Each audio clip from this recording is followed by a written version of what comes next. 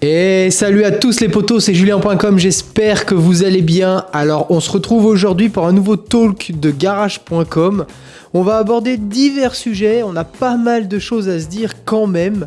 Et la première chose que j'aimerais aborder, c'est la dernière vidéo talk qu'on a fait avec mon frère concernant les youtubeurs. Et c'est vrai que les vidéos et notamment les shorts à la suite de ce talk ont vraiment pas mal marché, voire même cartonné, plusieurs centaines de milliers de vues sur Facebook, sur Instagram, sur YouTube. Donc pour ça, je vous en remercie. Néanmoins, qui dit centaines de milliers de vues dit vidéo plutôt virale, vidéo généralement clivante. Et pour le coup, on s'est attaqué, enfin vous pensez qu'on s'est attaqué à des youtubeurs juste pour faire du buzz. Et on s'est globalement quand même, mais on a l'habitude, nous on est solide, hein, on s'est fait défoncer par tout un gang de consanguins, ultra fanboy, notamment d'un youtubeur bien précis. Et je vais en parler à la suite justement de cette communauté très puissante. Je vais parler naturellement de Farine de Blé. Ah, alors Farine de Blé, je peux vous dire que les vidéos, elles ont fait quelques vues, hein. Il y en a une qui a plus de 300 000 vues actuellement, sur un petit short d'une minute où j'explique tout simplement que pour moi, alors attention, pour moi, Farine de Blé, son contenu, c'est claqué. Voilà, c'est le terme qui a fait péter les plombs à tout le monde. J'ai dit Farine de Blé, claqué dans la même phrase. J'ai même rajouté bricolé. Oh là là là là là là. Oh là là, j'ai touché au prince du 78. Et ça, les gens n'ont pas du tout kiffé. Alors pour clarifier les choses, mon frère et moi, et particulièrement moi, je vais parler en ma personne puisqu'il n'y a pas Tom aujourd'hui, je suis totalement fan de Farine de Blé. Je trouve que c'est un master dans son domaine, c'est un putain de génie, il n'y a pas à discuter du sujet. Tous ces teubés de consanguins qui comprennent pas plus loin que le mot qu'ils entendent, ils n'ont pas écouté ne serait-ce que la minute du short. C'est ça qui est phénoménal, c'est que les mecs n'ont pas d'esprit d'analyse. Ils retiennent ce mot-là. Ce que je voulais, moi, expliquer, c'est relativement clair quand même, c'est qu'à la base, c'est-à-dire que normalement, quand tu regardes une vidéo de Farine de Blé, si tu sors le personnage, si tu sors le scénario et que tu regardes, il est en train de bricoler une Golf 2 pourrie à la mort, rouillée, qui a 400 000 bornes, et il essaye de mettre un peu de puissance avec des pièces de chez AliExpress. À l'instant T, le contenu, je suis désolé les gars, est claqué. Il est claqué. A contrario d'un mec qui met 4 turbos de plus sur une Bugatti Veyron, où le contenu, il peut être claqué ou pas selon les gens, néanmoins il fait un truc exceptionnel, un truc vraiment différent. Ou je sais pas, moi, un mec qui construit un bâtiment de fou, ou qui restaure une vieille voiture de A à Z dans les règles de l'art.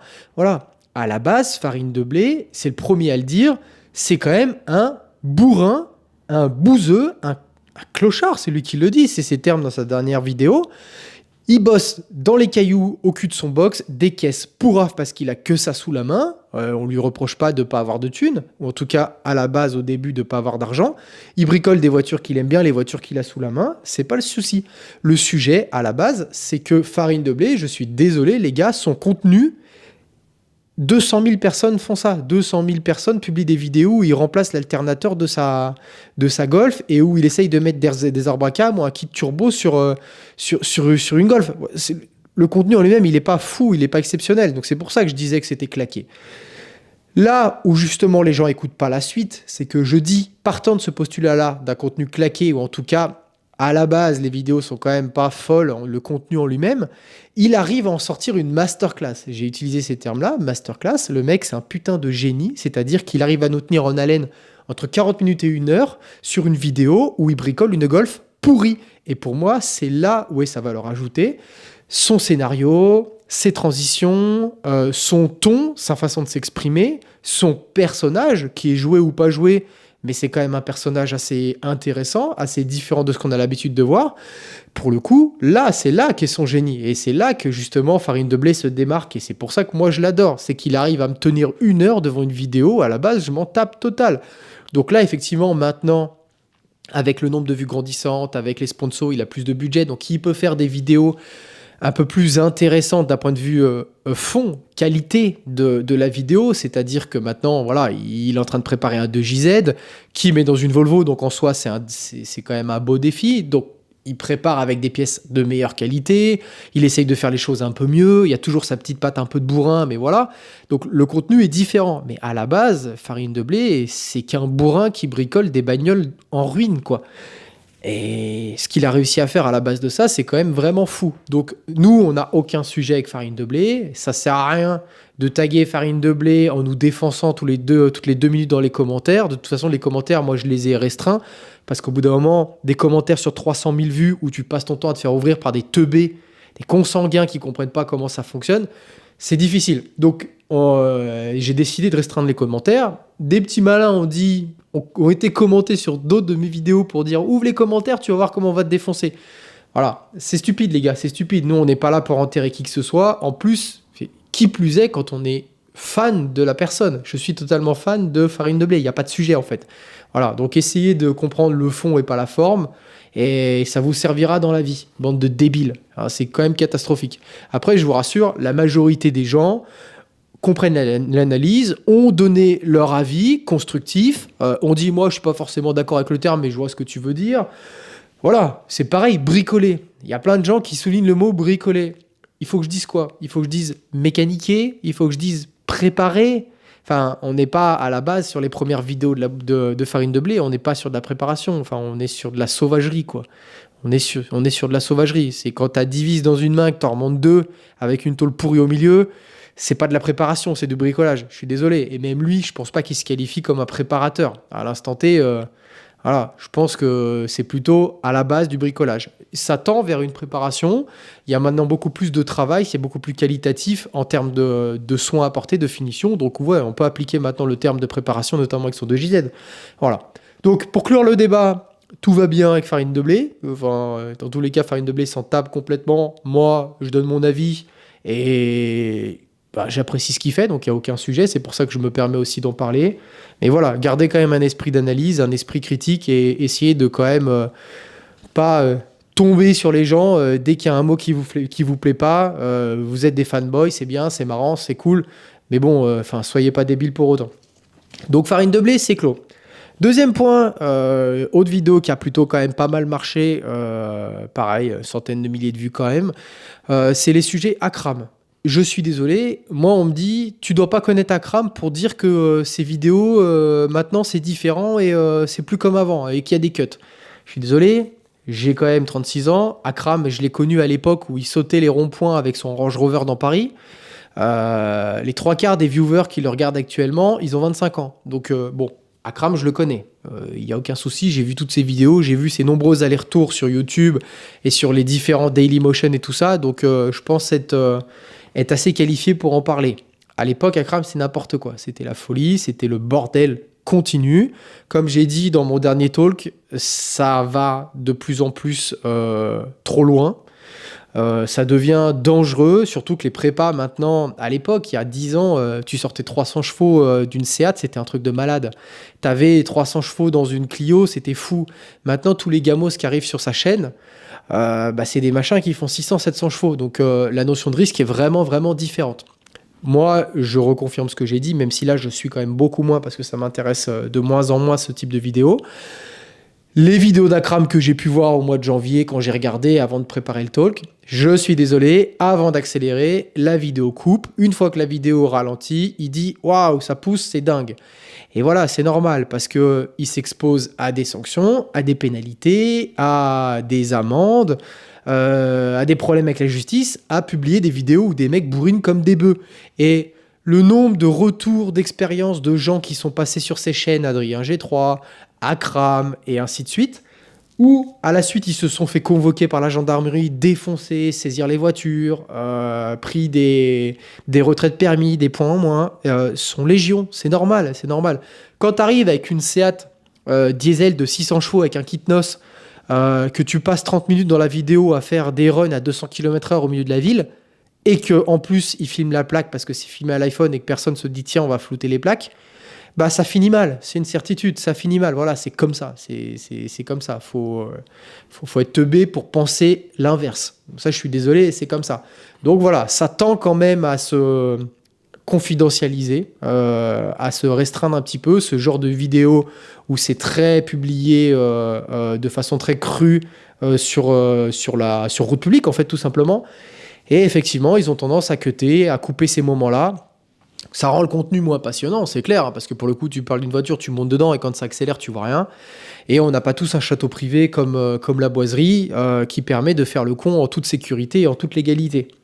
À propos de la boiserie, pareil, la boiserie, bon, j'ai dit que c'était le GOAT, donc pour le coup, je me suis pas trop fait tomber dessus. C'est vrai que c'est quand même le master de YouTube en ce moment, il y a pas à dire. Son petit concours là, des 20 voitures est sur la fin. Même moi, j'ai joué, ça me fait des t-shirts pour le sport, je suis super content, en plus, ils sont de bonne qualité. Et si je peux rafler une petite voiture au passage, parce que toutes les voitures qu'il y a m'intéressent, avec grand plaisir. Donc en ce moment, il est quand même globalement en train de se faire défoncer parce qu'il force beaucoup, notamment avec ses côtés business, où il essaye de vendre les abonnements à 40 balles par mois et tout, ça passe pas trop. Donc là, en ce moment, il en parle plus trop et il se fait un petit peu plus discret sur ces sujets-là. Je pense que c'est pas plus mal, faut pas non plus trop forcer. Néanmoins, pour le détrôner, ça va être très dur. Petite actualité de la boiserie, je ne sais pas si vous avez vu, il a lancé une troisième chaîne. Alors, j'ai même pas noté sur mon petit papier le nom de la chaîne, mais vous allez la trouver facilement. Mais il a monté une troisième chaîne YouTube. Donc la chaîne principale, la main chaîne, la chaîne business et la chaîne plutôt raw, plutôt brute. Et c'est ce qu'il dit dans l'intro de sa vidéo. Il dit, cette chaîne-là, on fait pas de montage, on cut rien, on parle comme on a envie. Le but, c'est que on prend la vidéo, on la publie et les gens apprécient ou pas. C'est une chaîne tertiaire, il n'y a pas de souci avec ça. Donc là, on retrouve des vidéos intéressantes, beaucoup plus brutes, pas découpées, pas montées. Et c'est marrant parce qu'on a pu voir Farine de Blé, on a pu voir la boiserie faire le con avec la Volvo de Farine de Blé. C'est intéressant, ils ont sorti le Can-Am pour sortir la Volvo qui était enterrée dans la boue. Ensuite, ils montent tranquillement un échappement sur sa moto. Ça fait plaisir de revoir ce type de contenu. C'est un contenu qu'on n'avait plus vu depuis le Covid. À l'époque où ils faisaient une vidéo quasiment par jour. C'était un truc de malade. Et c'était vraiment très sympa. Tu te posais pendant une demi-heure. Moi, je la mets en fond. Je fais autre chose. Mais c'est marrant de voir ça. Tu l'écoutes parler, tu le vois monter, bricoler. C'est vraiment marrant. Donc ça, c'est cool. Je pense que c'est une vidéo c'est une chaîne qui va plutôt bien marcher. Et ça fait plaisir aux gens avides de contenu plutôt, on va dire... original, mais original dans le sens comme à l'origine, pas dans le sens originalité. Et donc voilà, intéressant de voir qu'il a fait ça. C'est marrant de voir un petit peu les mélanges entre les divers youtubeurs, d'avoir vu Farine de Blé arriver sur cette chaîne. Donc longue vie à la boiserie, continue comme ça, c'est super bien, tu nous régales. Et puis j'espère que la prochaine fois, ça sera 40 voitures, comme ça on aura 40 chances de plus de gagner une voiture. Donc avec grand plaisir, longue vie à lui. Là où justement c'est très très intéressant d'avoir parlé de tous les youtubeurs la dernière fois, c'est qu'on voit la force des communautés. On voit des youtubeurs qui ont des communautés très fortes, plus ou moins intelligentes, parce qu'il y a quand même une proportion de teubés quand même et de débiles dans certaines communautés, et ça fait vraiment mal au crâne. Farine de Blé a une communauté de fanboys. Il est assimilé à un gourou. C'est impressionnant. Donc les réactions les plus virulentes, les plus violentes, c'est vraiment la team Farine de Blé. Eux comprennent pas plus loin que le titre en fait. Je sais même pas s'ils savent lire ni écouter une vidéo. Donc voilà, ça a été super compliqué. Akram aussi, pareil, communauté relativement virulente, mais un poil plus d'expérience quand même. Là où je suis étonné, là où je suis vraiment étonné, c'est typiquement la communauté de Villebrequin, les loulous. Les loulous, c'est des psychopathes à la base. C'est vraiment des cinglés. C'est pareil, c'est dans la communauté des loulous, t'as des fanboys où tu dis Villebrequin, pas bien. Les mecs, ils sont prêts à te mettre un coup de couteau en sortant de chez toi. Eh ben, pour le coup, on a quand même pas mal défoncé Villebrequin, à juste titre, franchement, hein, au vu des premiers épisodes de Top Gear. Eh ben, on n'a pas eu de retour négatif. Enfin, pas du tout. Peut-être un sur les centaines de commentaires qu'on a eu. On a quand même fini par fermer les commentaires quand même sur pas mal de publications parce que ça devient le bordel à gérer. Mais J'ai vraiment été étonné. Donc ça veut dire quand même que la communauté des loulous, elle est plus comme elle était avant, hein. Donc attention pour le futur retour de ces gens-là, parce qu'ils ont plus la communauté ultra solide qu'ils avaient avant, et ils se sont quand même fait, à mon avis, lâcher par une certaine partie de leur communauté, ou peu importe le contenu à l'époque, c'était incroyable, fallait surtout pas toucher à Villebrequin. Là, les gens sont quand même plutôt d'accord avec le fait que le début de Top Gear est raté. C'est un carnage. Et il n'y a pas grand monde pour les soutenir, y compris du côté de chez les loulous. Pareil, la communauté de The Glove Driver. J'ai envie de dire, c'est normal. Lui, mea culpa, c'est quand même quelqu'un que j'apprécie à la base. J'ai rien contre lui. C'est vrai que je l'ai pas mal défoncé moi-même, hein. Je l'ai pas mal défoncé la dernière fois en disant que je comprenais pas sa ligne conductrice, sa ligne éditoriale, on va dire. Je comprenais pas là où il voulait en venir avec ses vidéos. J'ai du mal à comprendre un sens à sa chaîne, à ce qu'il fait. J'ai l'impression qu'il s'embourbe. Donc je l'ai pas mal chargé. Mais à coup pas, parce que c'est un mec qui fait du contenu, qui demande rien à personne et qui bosse bien, qui essaie d'être professionnel. Donc pour ça, je tiens quand même à m'excuser auprès d'Erwan, parce que j'ai rien contre lui. Fondamentalement, j'ai rien contre lui. Il fait du bon boulot. Voilà, c'est juste que on est rendu à parler de tous les youtubeurs, et un que je trouve qui a plutôt tendance à stagner, où je comprends pas là où il veut aller, c'est plutôt The Glove Driver. Lui, c'est pareil. On l'a pas mal chargé pour le coup, et sa communauté, là, pour le coup. Elle est complètement absente. C'est-à-dire qu'on n'a pas eu de commentaires positifs, on n'a pas eu de commentaires négatifs, personne n'a parlé de The Glove Driver. J'ai une explication à ça, c'est pas parce qu'il n'a pas de communauté ou que les gens l'aiment pas, c'est plutôt que sa communauté est un peu plus âgée, donc à partir de 25 jusqu'à 55-60, plutôt typé hédoniste, bon vivant, cadre supérieur, personnes qui ont un certain pouvoir d'achat, donc généralement qui sont pas trop débiles et qui ont une capacité d'analyse un peu plus évoluée que le zboob de base qui a 18 ans et qui regarde Farine de blé sur son téléphone au fond de sa 106.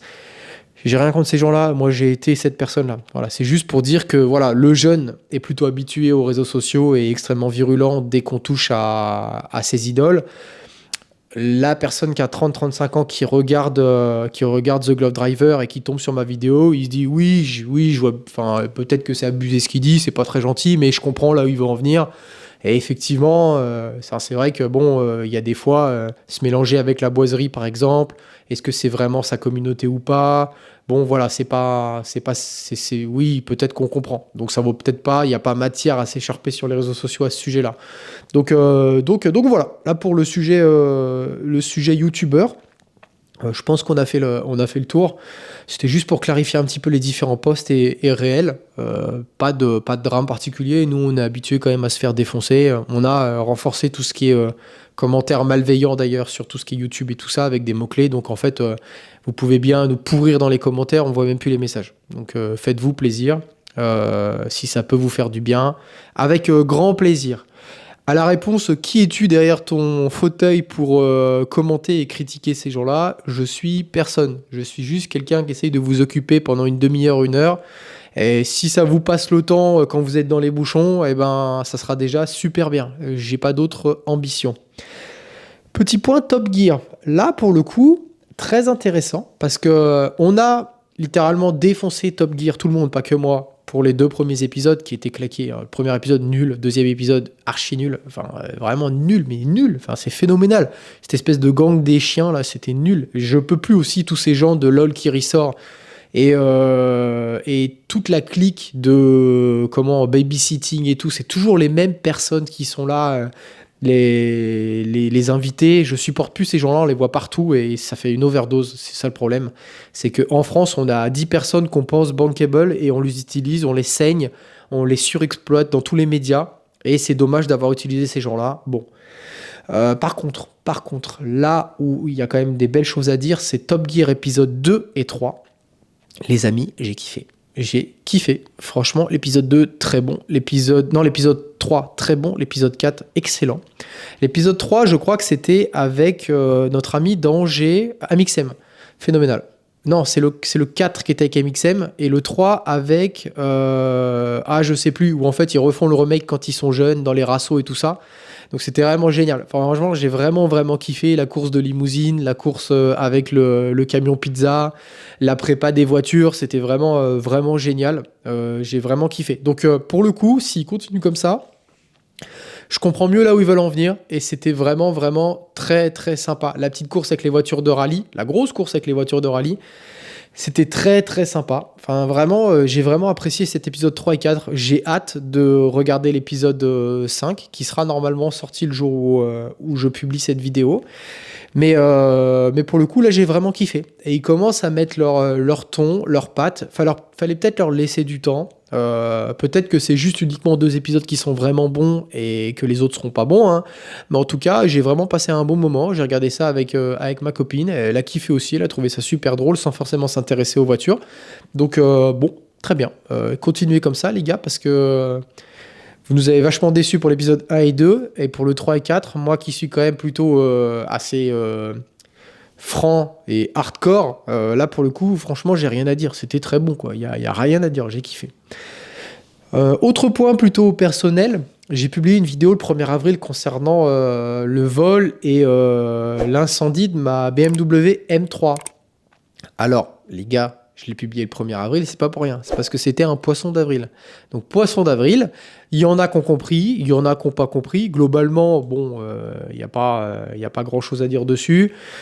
C'était juste un poisson d'avril, les gars. Là où, effectivement, c'était cool, parce que cette vidéo, je l'ai filmée en décembre. Je rentrais du boulot, et là, sur le bord de la route, je vois quoi? Je vois une voiture brûlée. Mais je dis, mais attends, mais c'est une BM, ça. C'est une BM, ça.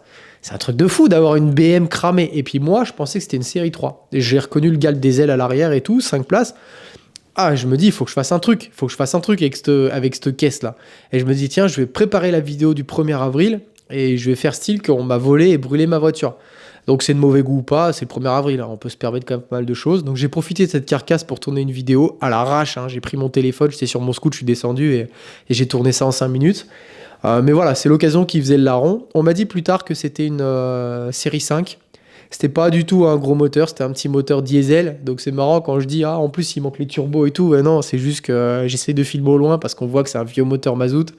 Mais voilà, c'était marrant. Donc les gars, non, je vous rassure, la BMW M3 F80 Phase 3 individual Tanzanite Blue, elle n'est pas brûlée et je l'ai toujours. Par contre, ce qui est vrai, vous l'avez vu sur mes dernières vidéos, si vous suivez mes vidéos, c'est que j'ai eu un petit carton sur circuit. Tout simplement, je l'explique dans ma vidéo, hein, j'étais en dérive et au moment où je balance mon surappel, je me retrouve en face d'une voiture qui était en train de spinner. J'ai essayé de freiner tout ce que j'ai pu, j'étais pas très rapide, hein, j'étais à 70.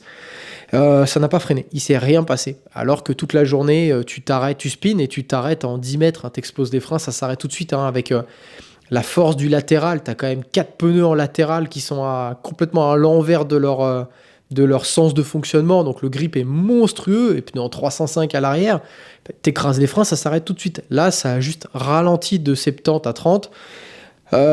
C'est pas parce que j'ai pas de frein, c'est pas parce que j'ai pas freiné, j'avais les 2 pieds sur le frein, donc ça peut pas freiner plus fort que ça. Vraiment, il y avait de l'huile sur la piste. Il y a une BMW E36 Turbo qui a tourné sur la même session que nous, et elle est passée peut-être 10-15 secondes avant moi sur ce virage-là, et il s'avère que sa durée d'alimentation d'huile de son turbo a été fuyante. Donc en fait, il a foutu de l'huile partout.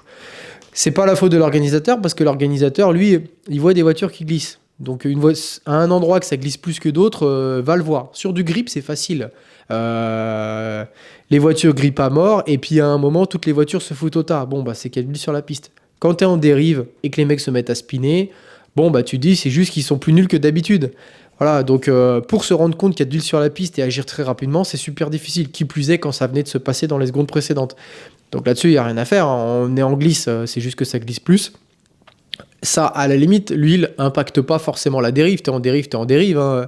C'est juste que pour le coup, quand t'as de l'huile sur les pneus et que tu veux freiner, et que tu veux te mettre dans un ordre normal, ça marche moins bien, les gars. Donc c'est pour ça que sur 40, 50, peut-être 60 mètres, je suis sur le frein. On le voit sur les aiguilles de torque et puis de puissance. Hein. Elles sont au bas, à fond. Et je freine. Et pendant toute la phase où les 2 aiguilles au centre sont en phase de redescente, ça veut dire que j'ai déjà lâché l'accélérateur, que je suis en train de freiner. Hein. Donc je freine 4 secondes. 4 secondes à 70, avec une M3, tu t'arrêtes. Hein. Donc bon, c'est frustrant, surtout que j'ai perdu 40 km/h, même pas, 30 km/h, 35 km/h. Avant de taper, j'ai tapé à 30 km/h. C'est pour ça que ça n'a pas déclenché d'airbag et tout ça. Je m'en sors quand même super bien. On s'en sort quand même super bien parce que pas de dommages physiques ni quoi que ce soit. Pas de blessures. Pas de gros dommages sur les voitures non plus. La M2 a pris un peu plus cher parce que je lui ai chopé l'aile et je lui ai un peu... sa direction et ses tirants de direction de train avant qui ont amorti ma voiture. C'est des fusibles, hein, donc c'est fait pour, hein, surtout sur ce genre d'impact-là, donc c'est fait pour s'affaisser. Moi, ma voiture, elle a vraiment pas grand-chose. C'est tout passé en assurance avec l'expert et tout ça. Il y en a pour 4000 et quelques de réparation. Il y a concrètement tous les plastiques à l'avant, donc les plastiques de calandre, les plastiques de grille en dessous. J'ai le pare-choc. J'ai la tôle, le renfort. C'est un renfort en aluminium qui est fait pour se déformer, pour absorber l'impact en alu. Une pseudo-traverse qui est à remplacer dans le coup. Et voilà, 2-3 petites conneries à droite à gauche. Il y a le radiateur d'huile qui a été déformé. Il n'était pas percé, mais il était déformé. Comme c'est l'assurance qui prend en charge, eux, ils remplacent tout. Donc voilà, donc je m'en sors quand même très très bien. Longeron absolument pas touché, à des années-lumière d'avoir été touché, les trains et tout ça pas touché, il n'y a aucun souci. C'est vraiment purement cosmétique. Ils ont changé le capot parce que le capot est un élément de sécurité qui se déforme et même s'il se déforme pas, c'est automatique. Moi, il y avait une petite rayure un petit peu enfoncée dessus, mais il était pas acheté en fait. T'es un particulier, tu le débosselles, tu remets un coup de mastic et c'est fini. Là, c'est un élément de sécurité. Ils le remplacent. Voilà, ils se prennent pas la tête. Donc voilà, je pars finalement avec une peinture neuve du capot et du pare-choc avant. Ça m'arrange parce qu'il y avait 2-3 petits impacts. Et voilà, on parlera des sujets assurance. Je suis en plein dedans en ce moment. Donc je sais pas comment ça va finir. C'est compliqué. C'est compliqué. Je vais faire une vidéo dédiée une fois que tout ça sera fini. Et on verra combien cette affaire m'a coûté. Ça risque quand même de me coûter des sous.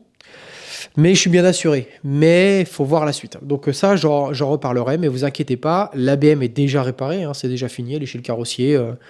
Ils sont en train de fignoler les petits ajustements. Ils sont en train de faire un petit polish nickel. Donc voilà, elle va bientôt revenir. Et j'ai un petit programme de vidéo intéressante avec cette voiture pour essayer de vous la faire découvrir un peu plus. Parce que c'est quand même une voiture exceptionnelle. Et moi, clairement, je la classe dans le top 3 de mes meilleures voitures. C'est vraiment une voiture phénoménale. Et il y a beaucoup de choses à en dire. Donc voilà pour la M3, elle va bien. La Lotus.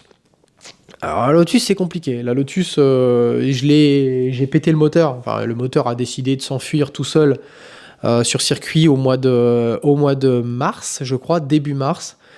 Ça m'a coûté beaucoup d'argent, ne serait-ce qu'avec les frais engagés sur le circuit. Je suis pas totalement d'accord avec les factures que j'ai reçues. Néanmoins, j'ai pas envie de rentrer dans un combat pour ça. Je vous en reparlerai aussi parce que ça vaut le coup quand même d'être sensibilisé à combien peut coûter ce type de coulage de moteur sur circuit. Pareil, je me suis quand même vraiment fait défoncer dans les shorts et les réels. Enfin, j'ai un réel sur Instagram qui a fait plus de 400 000 vues concernant le crash de l'explosion de mon moteur. J'ai été obligé de fermer les commentaires parce que les gens qui commentent en fait sur 400 000 vues, tu as peut-être 150 commentaires. Et bah forcément, hein, c'est toujours les plus débiles qui, eux, se permettent de parler pour les autres. Et il y a plein de gens, du haut de leur forte expérience sur circuit, qui disent « Mais pourquoi tu t'es pas arrêté plutôt que pourrir toute la piste avec ton huile ?» Alors déjà, il faut savoir que tu es en fond 3, tu es à 150 km/h au moment où ça t'arrive. Il y a le moment où ça explose. Tu es en pleine descente juste avant un virage. Donc le temps que tu réalises, tu as fait 100 mètres sur la piste. T'essayes de prendre le virage comme tu peux avec de l'huile sur les roues arrière. C'est pour ça qu'on voit sur la vidéo que je suis obligé de contre-braquer pour pas foutre la voiture au tas parce que la voiture, elle freine de l'arrière. Je vous rappelle quand même que j'ai une bielle qui est en train de prendre son indépendance, donc ça me bloque les roues. Il y a de l'huile partout. Donc à l'instant T, au moment où je suis dans le virage, je me dis putain, faut que je touche à rien parce que déjà c'est un miracle si je passe le virage droit. Après, on se tape une montée et une grande courbe. Et ben, au loin, au bout de la courbe, je vois un dégagement parce qu'on est à Vaison-Piste. Vaison-Piste, t'as une bande d'herbe et un rail. Je me dis, je vais pas m'arrêter là, je sais pas ce qui arrive derrière. Donc j'ai envie de me mettre en sécurité, les gars. Moi, qui glisse sur la piste à l'instant T, j'en ai rien à foutre, c'est le cadet de mes sujets. Moi, juste ce que j'ai pas envie, c'est peut-être qu'il y a une voiture derrière qui me suit à fond et qui va me voir faire des trucs au dernier moment ou qui va peut-être justement choper de l'huile sur la piste et me rentrer dedans parce que je me suis arrêté dès que j'ai pu et dans une zone pas sécurisée.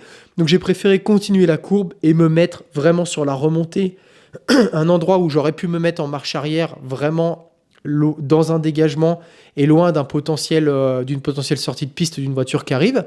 Donc je me suis moi-même mis en sécurité parce que voilà, en cas de crash, j'ai pas envie non plus de me faire défoncer la voiture ou d'avoir physiquement des dommages, quoi. Donc voilà la raison pour laquelle je me suis pas arrêté tout de suite. Il y a aussi le côté sidération, les gars, hein. Enfin, c'est facile, hein, quand tu regardes la vidéo de dire ah bah ouais, t'as cassé ton moteur, t'aurais dû le savoir, t'aurais dû piler tout de suite et t'arrêter. Oui, c'est génial, c'est bien. Mais que ça t'arrive sur toi à la piste, quand t'es en plein accel, concentré à ton pilotage et que le moteur explose, que tu comprends pas tout de suite ce qui se passe, c'est l'effet de sidération. Au bout d'un moment, on n'est pas tous des machines de guerre et il faut que le cerveau connecte et se dise putain, il vient de se passer un truc de ouf, les gars, il vient de se passer un truc de ouf. Voilà. Donc voilà. Après, oui, ça coûte très cher. Ça coûte très cher, tout ce qui est arrêt de piste et tout ça. C'est pour moi pas justifié. Je vais en reparler. J'ai un peu les boules, mais j'ai pas forcément envie de me fâcher avec l'organisateur. Quoique j'en ai rien à taper, je ne roulerai jamais avec lui, c'est un organisateur moto. Mais ils sont sympas, mais ils m'ont mis une belle douille quand même. Donc, peut-être qu'eux se sont pris une douille par le circuit, qui m'ont transféré. Voilà, néanmoins j'ai quand même les boules et je suis pas sûr quand une moto explose ou prend feu sur la piste comme c'est arrivé il y a 2 semaines, on leur envoie des factures comme ça. Là ils ont vu arriver un SUV Porsche avec une belle Lotus qui brille dessus, ils se sont dit tiens, il va peut-être nous permettre de rentabiliser la journée circuit parce qu'il n'y avait pas grand monde. C'est comme ça, j'ai un peu les boules encore, je ferai une vidéo spécifiquement pour ça une fois que j'aurai payé mon dû parce que je traîne un peu à payer, ça m'arrache le fion de payer, mais je vais le faire, il n'y a pas de souci avec ça. Alain Nister paye toujours ses dettes, et un point com c'est pareil. Il rechigne, il se plaint, il pleure, il lève les bras au ciel, il mendie, mais il finit par payer parce que c'est quand même au fond, le point com, quelqu'un de bien. Et il souhaite pas de mal aux gens. Donc voilà pour le crash de la Lotus. Concernant sa réparation, on a défini le nouveau moteur. Je vous en reparlerai aussi, j'espère que je ferai une vidéo chez Perfodem, parce que c'est Perfodem toujours qui va s'occuper de la prépa du moteur. J'espère que je vous présenterai le nouveau moteur avec eux. On a défini le setup, ça va être incroyable et on va pas revenir par la petite porte, je préfère vous le dire. On va revenir avec de l'honneur, de la fierté et on va revenir pour casser des fions et ça va pas rigoler. Donc la Lotus V2 va faire très mal. Par contre, c'est que là le problème, on engage quand même des gros frais, beaucoup de frais, beaucoup trop en fait pour cette voiture-là, c'est-à-dire que là, je préfère même pas y penser en fait, mais c'est juste que c'est ma voiture de cœur et j'ai pas envie de la laisser pourrir. Enfin, qu'est-ce que j'en fais maintenant qu'il n'y a plus de moteur, elle vaut plus rien, donc je suis obligé de lui remonter un beau moteur. Ça va prendre du temps. Pourquoi ? Parce que Perfodem ils sont surchargés, parce qu'ils sont 2 à bosser sur les 3/4 des Lotus S1, S2 et un moteur Rover de France. Donc ils font ce qu'ils peuvent. C'est pareil, le setup il prend quand même du temps à définir, à s'affiner parce qu'on est quand même sur un setup complexe et un setup à destination de grosses performances et on va essayer de pas négliger des choses juste pour faire des économies de bout de chandelle. Donc ça prend un peu de temps. Donc pour l'instant, la voiture, elle est même pas démontée, elle attend en fait là-bas.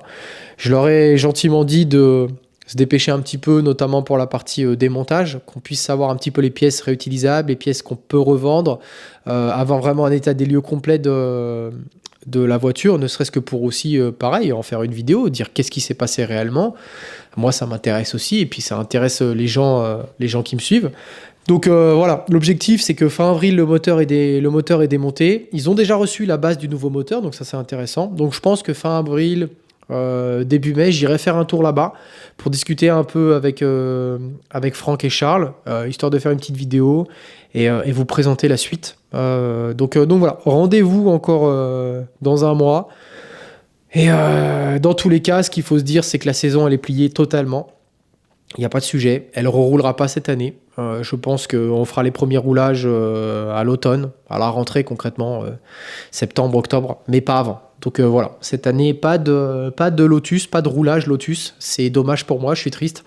Il n'y aura pas forcément, à mon avis, non plus beaucoup de roulage piste avec la M3, parce que j'ai quand même aussi pris conscience que mettre 80 000 balles sur la piste et risquer de la casser stupidement parce que tu veux juste te faire plaisir en dérive, bah c'est pas très intelligent. Et ça se fait peut-être tout simplement pas, quoi. Donc bon. Par contre, j'ai pas dit que j'allais pas rouler sur piste. Je suis en réflexion. Peut-être que je me prends une petite voiture de grip, peut-être que je me prends une petite voiture de drift pour quand même kiffer un peu dans l'année. Un petit truc pas cher. Je vais voir. Je suis en pleine réflexion. Et je suis aussi en réflexion pour passer du côté compétition. Peut-être sur la fin de l'année, il y a 2-3 trucs qui s'engagent. Donc à voir comment ça peut se profiler. Ça arriverait à point nommé avec la potentielle évolution de la chaîne, avec les 10 000 abonnés qui arrivent. Ça serait intéressant de faire une belle vidéo pour les 10 000 abonnés. Donc voilà, à voir. Concernant justement l'évolution de la chaîne, ça se passe quand même globalement bien en ce moment. Je fais pas plus de vidéos que d'habitude sur mes petites vidéos personnelles. Même je m'attendais à faire beaucoup plus de vues, notamment sur les vidéos espace, les vidéos Twingo, les vidéos un peu différentes, décalées. Ça n'a pas marché, c'est pas grave, j'ai l'habitude, hein. Par contre, ce qui marche bien, c'est garage.com. Garage.com et notamment toute la partie invité, co-animateur. Donc quand je reçois des guests. Ça a pour objectif de se développer, clairement. Moi, une fois par mois, chaque jeudi, dernière semaine du mois, je veux publier une vidéo, enfin un podcast, que ce soit sur les plateformes d'écoute, les plateformes audio, donc Spotify, Apple Podcast, Deezer et toutes ces boîtes-là. Je veux publier un podcast audio et je veux publier au même moment la version vidéo sur YouTube. Donc c'est garage.com. On parle une fois par mois de la vie, des anecdotes d'un invité. Et on a un programme là rempli jusqu'à la fin de l'année. Donc avec des beaux invités. Ça va être à mon avis super intéressant pour vous. Ça va être très intéressant aussi de découvrir de nouvelles personnes. Pas forcément connues, hein, c'est pas l'objectif d'avoir que des superstars. J'ai fait des podcasts qui sont déjà tournés, qui sont à paraître avec des gens qui sont pas connus du grand public, qui sont pas forcément connus même des gens plus avertis, mais qui ont des anecdotes automobiles incroyables, qui ont des choses à dire. C'est phénoménal. Donc vraiment, prenez le temps de regarder ces vidéos-là parce que si vous êtes passionné, vous allez vraiment, vraiment, vraiment kiffer. Donc je vous remercie de me soutenir pour ce projet-là parce que ce projet-là marche, il fonctionne très bien. On est à plus d'1 million de vues, tout confondu. On est à 17 000 heures de visionnage des podcasts, donc tout confondu, short, réel, les parties totalement audio, les vidéos YouTube. Donc ça cartonne, ça marche vraiment, vraiment très très bien. Le démarrage est excellent. Si on regarde uniquement le nombre de vues que je fais sur les vidéos sur YouTube, c'est pas fou. Mais si on cumule tout, on se dit ah ouais, c'est phénoménal. C'est-à-dire que j'en ai publié 2. Concrètement, j'ai publié mon histoire à moi, qui est pas finie. Et j'ai publié le podcast de Megan Kohler et le podcast de Fabsan. C'est déjà phénoménal. Dépasser le million de vues, 17 000 heures d'écoute, c'est incroyable. Je ne m'attendais pas à ça. Et pour le coup, dans ma prospection, dans ma recherche de nouveaux invités, les gens, les futurs co-animateurs répondent présent et sont vraiment intéressés par le projet. Donc à moi de développer cette partie-là. C'est quelque chose de très intéressant à faire. Tu rencontres beaucoup de gens et je kiffe vraiment ma vie en ce moment avec ce sujet-là. Par contre, pour le coup, c'est que si on essaie d'être pragmatique, qu'on essaye de se concentrer sur ce qui fonctionne, on s'aperçoit que ce qui fonctionne, c'est garage.com, c'est les podcasts, c'est les invités. Et ce qui fonctionne pas forcément, mais ce qui est l'essence de ma chaîne, c'est toutes les vidéos que je fais. Donc les vidéos roulage, les vidéos avec mes petites points conneries comme je les appelle, en référence avec la boiserie, hein. C'est juste un petit clin d'œil. Je les appelle les points conneries, c'est pour ça que c'est dans le classement de mes vidéos YouTube. C'est dans points conneries tout ce que je fais de débile. Donc les vidéos avec l'espace, les vidéos avec les Twingo, les vidéos avec les tuk-tuk, c'est des points conneries. Voilà. Je pensais que ça allait marcher mieux que ça. Surtout que là, pour le coup, on se prend vraiment pas la tête à filmer. Je prends un pote avec moi et on va faire les cons avec des véhicules pas chers. Moi, je kiffe vraiment. On passe des week-ends trop bien à faire ça. C'est vrai qu'on s'amuse bien pour le coup. Je pensais que ça allait mieux marcher au niveau des vues. Bon, c'est pas le cas. Et se pose justement la réflexion de l'avenir de la chaîne. Moi, j'ai quand même, pour une fois, réfléchi à l'avenir de la chaîne. J'ai un plan avec cette chaîne qui est très récent, hein, qui date de la fin de l'année dernière. On a essayé avec mon frère de mettre en place une stratégie de développement sur cette chaîne, savoir ce qu'on veut en faire, à mettre des vrais objectifs. Mes objectifs étaient peut-être un peu trop ambitieux, c'est-à-dire que j'avais pour objectif, d'ici à juillet, d'avoir au moins 20 000 abonnés, 20-30 000 abonnés, et un nombre de vues minimum par vidéo qui était déjà défini. Mais vraiment, il fallait qu'en cette début d'année, la chaîne explose. Il n'y avait pas encore garage.com. C'était pas trop le sujet de garage.com au moment où on a défini ce plan, c'est arrivé après. Mais voilà, ne serait-ce que par les vidéos, on avait une ambition de développement avec cette chaîne. On n'y sera pas. Si on est d'ici le mois de juin-juillet à 10 000 abonnés, ça sera déjà très bien.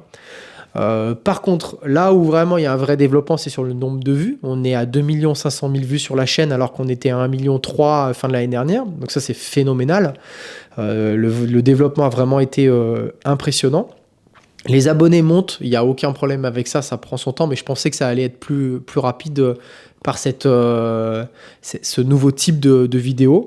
Mais bon, le sujet, c'est qu'il y a quand même une deadline. La deadline, c'était fin juin, début juillet. On faisait le point sur ce qui marchait et sur ce qui marchait pas. Et j'arrêtais de perdre mon temps, même si je perds pas mon temps à faire des vidéos, j'adore ça, mais on prenait la décision de se concentrer sur ce qui fonctionne pour réellement développer la chaîne et peut-être revenir après, une fois que ça marche mieux, sur un contenu source comme avant. Donc il va se poser la question au mois de juillet, avec, je pense, mon frère qui est mon interlocuteur de référence pour ces sujets-là, puisqu'il est dans toutes mes aventures. On va se poser la question de ce qu'on fait de la chaîne. La chaîne ne va pas fermer, mais la chaîne va peut-être se rediriger. Peut-être que la chaîne, il y aura à terme non plus une vidéo par semaine comme le plan établi depuis ce début d'année, mais plutôt une vidéo par mois. Et peut-être juste garage.com, ou peut-être une ou deux vidéos par mois avec un garage.com et puis une petite vidéo de mes aventures avec mes diverses voitures et de l'actualité, quoi. Donc voilà. On n'exclut pas non plus un ultime renommage de la chaîne en garage.com, la dédiée uniquement podcast. Je sais pas. Ça, c'est pareil, j'ai besoin de votre retour, votre avis en commentaire. Comment vous verriez la chaîne? Qu'est-ce qui vous intéresse le plus sur ma chaîne? Est-ce que vous pensez que c'est difficile pour vous d'imaginer aussi l'avenir de la chaîne uniquement avec garage.com parce que vous n'avez pas la visibilité? Vous, de garage.com, vous avez vu les 3 épisodes de mon enfance, qui était filmé à l'arrache parce que c'était vraiment le début, mais j'étais avec mon frère et mon pote et c'est quand même mon enfance et c'est phénoménal parce qu'on s'est fendu la gueule, on a tellement d'histoires autour des voitures. Vous avez vu Fabsan qui a cartonné, les retours étaient vraiment incroyables. Fabien, c'est quelqu'un d'exceptionnel, donc c'était vraiment génial qu'il soit autant médiatisé. Il a explosé ses records de réels et de shorts. C'est-à-dire que son meilleur réel, je crois, sur Instagram, il était à 17 000 vues. Grâce à notre travail commun, on a quand même un réel de plus de 300 000 vues, 317 000 en ce moment. Donc je suis fier d'avoir été la personne qui lui a permis de exploser ses stats sur un réel. Et les autres ont bien marché aussi, 50, 80 000 vues, 10 000 vues, 20 000 vues. Donc vraiment, je suis très très content et c'est une certaine fierté pour moi et ça me fait plaisir que moi qui suis pas à grand chose permette d'apporter plus de notoriété à quelqu'un qui est déjà vraiment reconnu et apprécié, quoi. Donc ça m'a fait plaisir. Donc vous avez vu Fabsan, vous avez vu Megan Kohler. Megan Kohler a moins marché parce qu'elle est moins médiatisée, elle est dans un domaine plus précis, il y a moins d'anecdotes automobiles, c'est plus l'histoire de sa vie qui est exceptionnelle quand même. Elle est influente, très influente localement dans mon secteur du côté de Genève, ça c'est clair qu'elle est incontournable, donc elle est vraiment connue. Néanmoins, elle n'a pas la communauté d'un Fabsan et ça s'est ressenti. Donc voilà, c'est pas parce que ça n'a pas marché maintenant que ça marchera pas demain. Justement, le développement de garage.com permettra aux gens de rattraper leur retard sur les podcasts. Moi, quand j'ai découvert dans la boîte à gants, il y avait déjà peut-être l'épisode 15 ou 16, j'ai kiffé. Et dans le coup, j'ai rattrapé mon retard et je suis allé voir les anciennes vidéos. Et dans le coup, j'ai kiffé ce que j'ai vu. Donc ça, c'est l'intérêt des podcasts, c'est que le podcast n'est jamais mort. C'est pas comme une vidéo YouTube. Une vidéo YouTube, au bout de 6 mois, elle est tombée dans l'oubli, personne va la voir. Hein, c'est soit elle marche les 2 premières semaines, le premier mois, soit elle marchera plus jamais. Les podcasts, c'est différent. Donc c'est pas parce qu'à l'instant T, le nombre de vues est pas impressionnant que demain, il y aura pas vraiment des vrais résultats. Comme je disais, vous avez du mal à vous projeter avec le podcast parce que vous avez vu que ces 2 épisodes-là, plus mes épisodes à moi. Mais moi, j'ai déjà tourné beaucoup d'épisodes. Je commence à en avoir pas mal en stock parce que je les publie qu'une fois par mois parce qu'il y a du travail de montage, il y a du travail de sourcing pour aller trouver des nouveaux invités et ça prend du temps. Et je peux pas me mettre une balle dans le pied à publier 3 podcasts par mois et rien avoir en stock au mois de juillet, par exemple. Donc j'en publie une fois par mois. Mais j'ai de quoi tenir maintenant quasiment jusqu'à la fin de l'année. Et même que ça soit tourné ou en prévision. Et je peux vous dire, les amis, que les gens que j'ai en stock, c'est phénoménal. Vous allez kiffer. J'évolue en termes de qualité de podcast en podcast, en termes de prise de son, en termes de prise de vue, c'est normal, t'apprends. En termes je suis plus à l'aise au fur et à mesure des podcasts, c'est normal. Plus t'en fais, on voit qu'avec Fabsan, parce que c'est un pote sans être un pote, on est bons copains de réseaux sociaux, on a une histoire commune, donc voilà, on peut être que potes, on peut que bien s'entendre, donc ça s'est bien passé. Avec Megan Kohler, que je connais par les réseaux sociaux, mais j'ai pas d'atome crochu particulier, on n'est pas copains, quoi. C'est une invitée.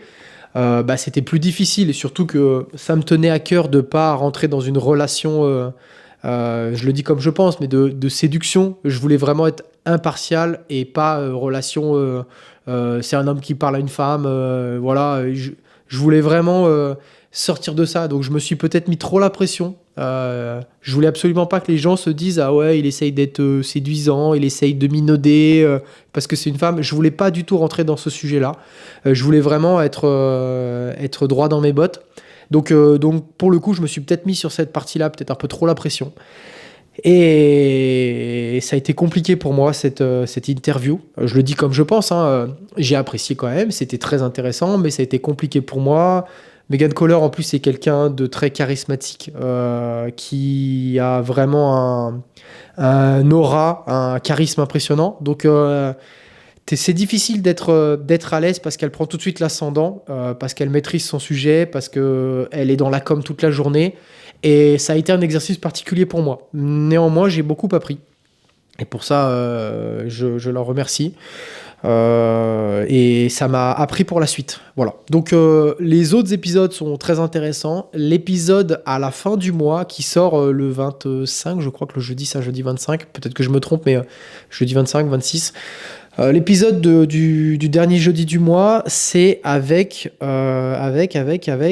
Karou Gatti, les amis. Avec Karou Gatti. Karou Gatti, c'est une agence automobile. Ils vendent des voitures de luxe. Ils ont plus de 1000 Ferrari vendus à leur actif. Ils étaient concessionnaires Pagani. Ils ont une histoire de malade. Villebrequin est allé tourner 3 épisodes chez eux. Ils sont passés sur Automoto. Ils sont passés sur Turbo. C'est incroyable. On parle du parcours d'émigrés italiens en Suisse qui était cuisinier au départ, qui était cuisinier une bonne partie de sa vie et qui, par passion, a fini par monter une des plus incroyables agences de Suisse, en tout cas de Suisse romande. Et ça, c'est incroyable. Donc le parcours est phénoménal. Je les remercie encore d'avoir accepté le podcast.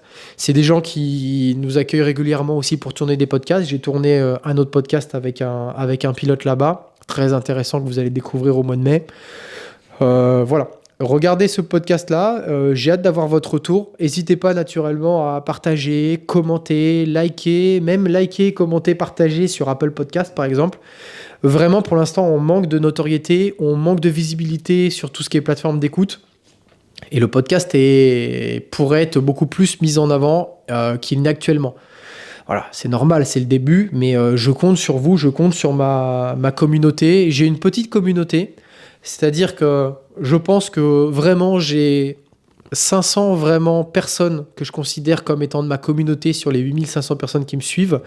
Parce que je vois bien les gens qui commentent et je pense que c'est un panel de 500 personnes qui sont vraiment impliquées dans la chaîne, qui ont vraiment envie de me soutenir, ont envie que ça se développe. Donc pour ça, je vous en remercie. Ça me fait vraiment plaisir. Moi, j'essaye toujours de répondre aux gens, que ça soit dans les messages privés, dans les commentaires. Je réponds à tout le monde. C'est vraiment les gens qui me soutiennent, donc ça me fait vraiment plaisir. N'hésitez pas à faire plus. Pour le coup, vous êtes vraiment impliqué dans la chaîne, vous m'envoyez des messages. N'hésitez pas à reposter en story, par exemple, à republier, à commenter. C'est vraiment, je compte vraiment sur cette communauté soudée. C'est ce petit pool de personnes qui me soutient vraiment depuis longtemps pour vraiment m'aider à développer cette chaîne. Dans tous les cas, on va pas lâcher le sujet. Moi, j'ai rien à perdre. Je n'ai pas forcément grand-chose à gagner. Je kiffe, j'adore faire des vidéos. Mais voilà, il faut quand même que ça apporte des résultats, que ça porte ses fruits, parce que ça peut aussi être à la fin fatigant. Tu peux en être dégoûté tout simplement. Là, je suis dans un bon rythme, ça se passe bien avec garage.com. La prochaine étape, c'est vraiment les vidéos personnelles au mois de fin juin. On va voir ce que ça dit. Soit ça continue à pas trop marcher, entre 1000 et 5000 vues, et pour le coup, je prendrai peut-être des décisions. Soit ça marche, 5000 et plus, et on continue comme ça. Et d'ici la fin de l'année, ça sera la fin de la saison 1 de garage.com. On fera le bilan de garage.com. Est-ce qu'on continue pour une saison 2? Est-ce qu'on continue pas? Ça sera en fonction des statistiques, en fonction des retours des gens, en fonction de l'évolution de la chaîne et les différents réseaux sociaux julien.com. Donc voilà les amis pour ce petit bilan. Sinon, à part ça, tout va bien, on s'amuse bien, il commence à y avoir du soleil, on va pouvoir commencer à rouler sur route. Ma BM est bientôt prête pour rouler. Voilà. Ah si, petit truc intéressant quand même. Je vais proposer dans pas longtemps un nouveau contenu, un contenu moto. Et ouais les gars, je me suis chauffé. Je me suis lancé dans mon permis de conduire moto. Donc là, je suis en plein dans le code. Je vais pas tarder à le passer. J'espère que je vais l'avoir assez facilement. Et après, je vais commencer la conduite. Donc dites-moi si ça vous intéresse que je filme mes cours de conduite. J'ai la Cambox V4 là, qui s'insère dans le haut du casque sous la visière. Est-ce que ça vous intéresse que je filme un peu tout ça et que je vous donne mon ressenti et que je vous partage mon évolution, plateau et tout ça? Et qu'après on aille choisir ensemble la voiture, qu'on aille faire, enfin la moto, qu'on aille faire des essais de moto et que je vous donne un peu mon ressenti avec la moto. Mais voilà, je me suis dit, je suis en scooter moi toute la journée, tous les jours pour aller au boulot. J'en ai marre d'avoir un 125, un X-Max, c'est cool. Je vais en parler dans pas très très longtemps d'ailleurs sur la chaîne du X-Max. Mais voilà, j'ai envie de plus. J'aimerais bien avoir un truc qui a un peu plus de puissance, un peu plus de couple. Et comme là, j'ai plus rien qui roule en ce moment, bah, autant se concentrer sur un nouveau projet. Et voilà, si la moto peut me permettre de rider tranquillement cet été, et ben, ça pourrait vraiment être cool. Je pense pas que j'aurai mon permis d'ici à cet été, mais néanmoins, je vais faire des heures de conduite, donc je vais rouler quand même. Donc ça me permet quand même de rouler avec un moteur, quoi. Et ça, c'est plutôt cool. Dernier petit point que je voulais aborder. C'est les partenariats. Donc j'ai quelques demandes de partenariats plus ou moins intéressants. On se cantonne pour l'instant à des partenariats chinois. Des gens qui vendent des produits sur Amazon, qui vendent des produits sur AliExpress et qui font le tour des petites chaînes qui sont facilement accessibles pour te proposer du matos.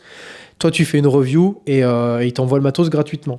Donc j'ai dit oui à plusieurs petits partenariats parce que ça me permet d'avoir du matos cool et du matos qui m'intéresse pour le coup, et je suis content d'économiser 200-300 balles et de récupérer du matos gratuit. Je profite aussi du développement de la chaîne pour récupérer des trucs intéressants comme ça, des petits sponsors et des petits cadeaux.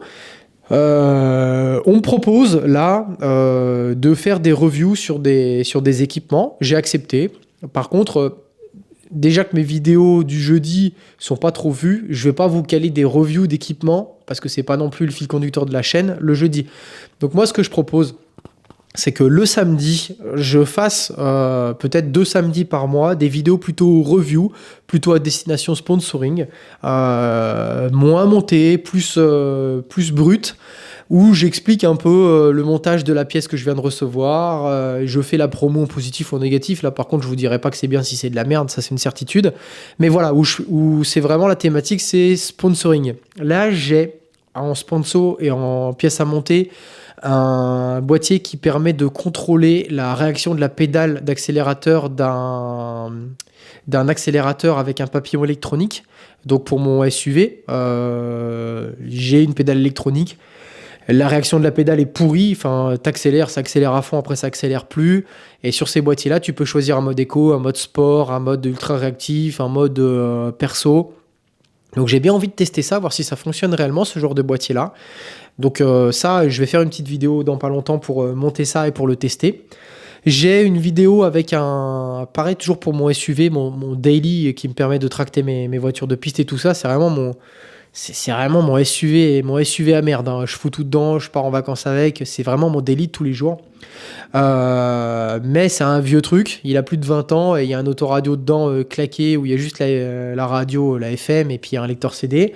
Et moi, je roule quand même, donc j'ai besoin d'avoir Apple CarPlay, d'avoir Google Maps, d'avoir tous ces trucs-là.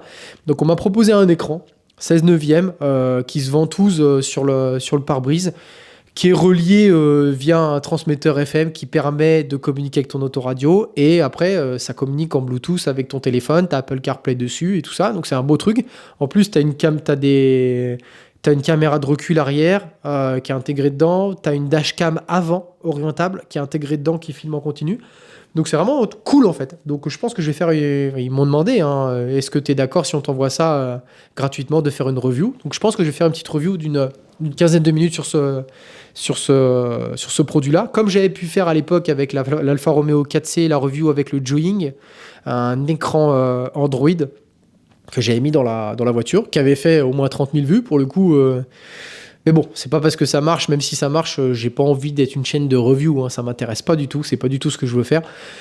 Et dernier petit point, on m'a proposé, c'est pour ça que je parlais du X-Max, on m'a proposé le même type d'écran, donc cette fois-ci étanche, débrochable, qui permet d'avoir Apple CarPlay et d'avoir la localisation de ton trajet quand tu veux te promener et tout ça sur ton scooter. Donc trop cool en fait, tu l'accroches comme ça sur ton scooter et t'as un écran de navigation. Donc c'est super bien quand tu te promènes en ville, notamment à Genève, où il y a plein de petits trucs que je connais pas forcément. Bah tu tapes l'adresse et moi j'ai pas de support de téléphone. Je m'interdis de regarder mon téléphone ou d'avoir une oreillette quand je suis en deux roues, c'est déjà assez dangereux comme ça. Donc là si je peux avoir un écran comme ça qui me permet de juste faire la partie de navigation, un truc clair, lisible, fait pour, étanche et tout, et ben j'ai dit banco, envoyez-moi ça, avec plaisir, je vous fais une petite review si c'est du bon matos. Et donc voilà, on montrera ça ensemble sur mon X-Max.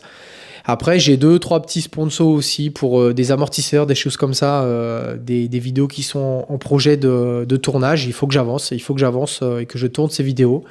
Il y a quand même du contenu super intéressant qui arrive, mais c'est pas parce que le contenu est intéressant que je vais forcément le publier, parce que si toutes les vidéos que je publie font 1000 vues, derrière je passe une journée à filmer, je passe une journée à monter pour qu'il y ait 3000 vues derrière, et quand ça se passe bien, bah j'ai des choses plus rentables à faire quand même dans ma vie, quoi. Donc voilà, c'est pour ça que je dis à l'instant T, j'attends de voir pour vraiment prendre une décision sur ce que je vais faire de la chaîne au deuxième semestre. Donc voilà les amis, je pense qu'on a vraiment fait le tour de cette petite discussion. N'hésitez pas à donner votre avis sur tous les sujets abordés en commentaire. C'est pareil, je tiens compte de tous vos commentaires, je réponds à tous les commentaires. Donc quand quelqu'un me dit quelque chose, me donne son avis, je le prends en considération. Encore une fois, c'est pareil, dans les commentaires, n'hésitez pas à me dire si vous avez des idées d'invités potentiels pour le podcast. Me sortez pas Farine de Blé, La Boiserie, Akram et tous ces gens-là, on les a vus 200 fois. Me sortez pas Shiftech non plus. Me sortez pas non plus tous les gens qui ont été interviewés dans la boîte à gants. Par contre, tous les gens qui n'ont pas été interviewés, bah, ça m'intéresse. Moi, à titre personnel, j'ai envoyé un message à Tanguy Crims, qui est un youtubeur que j'adore. Vraiment, j'adore ce gars. J'adore sa mentalité, son mindset. J'adore son talent aussi derrière une voiture de drift. Il m'a pas répondu. Donc, n'hésitez pas à aller le spoiler de son côté et lui dire ça serait bien que tu fasses une petite vidéo avec julien.com parce qu'un podcast tous les deux, ça pourrait être trop bien. Voilà. Si vous avez des idées de d'autres personnes que vous aimeriez voir dans le podcast, n'hésitez pas à le marquer en commentaire. Moi, des fois, ça me permet de m'ouvrir l'esprit, me dire « Ah mais ouais, j'avais pas pensé à lui en fait ». Donc voilà. Et encore une fois, on n'est pas cantonné aux pilotes, on n'est pas cantonné aux superstars. Toute personne qui a des choses à dire, qui a beaucoup de choses à dire, qui est dans le game de l'automobile plus ou moins, que ce soit juste un passionné ou pas, ou un intervenant direct du monde automobile, peut potentiellement être intéressant pour aller dans le podcast. Voilà, c'est le podcast des anecdotes automobiles. C'est pas le podcast des superstars automobiles et on va raconter leur vie. Non, c'est pas l'objectif du podcast. N'hésitez pas à liker cette vidéo, à la commenter, à la repartager et vous connaissez la suite. Je vous dis à la prochaine. Ciao.